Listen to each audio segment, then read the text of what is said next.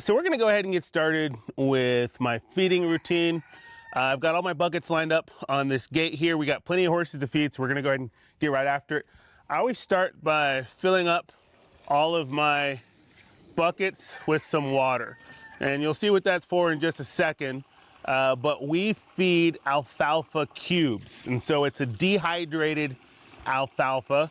And basically the idea is we wanna make sure that that alfalfa cube gets moisture back into it so that the horses don't choke on it, so that when they're eating or chewing, it doesn't get caught in their throat. And the way we do that is by making sure that they're soaked through and through. So that's the very first step that I do in the mornings is I start to fill up these buckets with water so that they're ready for when I dump those alfalfa cubes on in here. All right, so now that I've got my buckets full, I'm gonna go ahead and I'm gonna grab my alfalfa. Okay, so I've got my alfalfa in a bin. It's very secure. And I just start to scoop these up. I'm gonna bring them over here and I'm gonna start dumping them in my bins here. And what I like to do is get this alfalfa going so that it can start soaking through by the time I put their feed on top of that. Because in addition to the alfalfa, we have a feed that we put in there, and I'll show you that in a moment. But I like to get this going again so that it's really soaking through. So by the time I put the feed on there, it's not going to be super mushy. So here, let me show you what this looks like. You can take a peek in the bucket there and you'll see how there's a lot of water in it right now. But in just a bit, after a couple minutes, it all soaks right up and we'll be good to go. Now there's a couple horses that get a couple extra scoops. And I'll just go through with my hand and I'll kind of get in here and toss it around, just to make sure. You see all those squares in there? We want to get them all soaked through. Again, a lot of people, I've had people tell me, you don't have to soak your alfalfa. And you don't have to. But every now and again, you'll get a horse that'll choke on them. And so I don't want to take a chance, especially since we have a lot of training horses in here. And I don't know how well they chew that food. Slate, he's a rescue horse that's here, and that horse eats so quickly. And so I could imagine that as fast as that horse eats, that he might end up choking on something if we don't have it soaked all the way through. So we're looking good. Just push any cubes down that are sticking out that still need to. All right, I think we're good here. And now I'm gonna go ahead and grab my grain.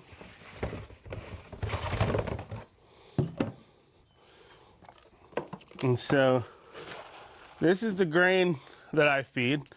It's Triple Crown is what I've been feeding. I really like this grain a lot. It has a combination of all types of things, from rice bran to what is that stuff called? It's got oats in there. It has wheat germ, beet pulp, all kinds of stuff that's formulated for digestion for these horses. And so I really like a good complete feed. And I like a feed that is primarily foraged based. Even though it does have some oats in here, again, it's mostly foraged, like the beet pulp, like the rice bran. It's got other type of vegetation in there that's all milled up in there, and the horses tend to do well. People ask me all the time about my feeding program, and they ask about the type of grains that I feed. And while, again, I like Triple Crown, I like the way my horses look on it, but even more important than your grain or any supplements is always the quality of hay that you feed. Like, that's the most important thing, is making sure that you're feeding a high quality hay. And at Steady Horse, we are big believers in making sure that we keep hay in front of them all of the time. Horses are designed, they're forage animals, so their guts do better as they continue to eat throughout the day and have food to eat. So that's my grain. And then lastly, actually wrong bucket, we finish up with our supplements. Some of the horses get different supplement. This is one of my hippie supplements. It's called Slippery Elm. And I use this for ulcers. I've had a lot of success with it. Slate, he is the new rescue horse that's in from Heart of Phoenix Equine Rescue. And because he had a long journey, we don't know a lot about his past. I'm putting the Slippery Elm in his food for now to help him make sure that there's no ulcers that he has in his tummy. So then we have, make sure I got the right one. I got my Vital Equine Rose Hip, and every horse gets this. And so we just sprinkle a little on the top of each. When I'm making their food, I feel like I'm making a salad or something. And this helps with just inflammation in general. Helps give them a nice shiny coat. And it also helps them with their joints and movement. And again, I've had my horses on this stuff for years and very impressed and pleased with the results. And there's more. So this is apple cider vinegar powder, and it also has some garlic powder mixed in here.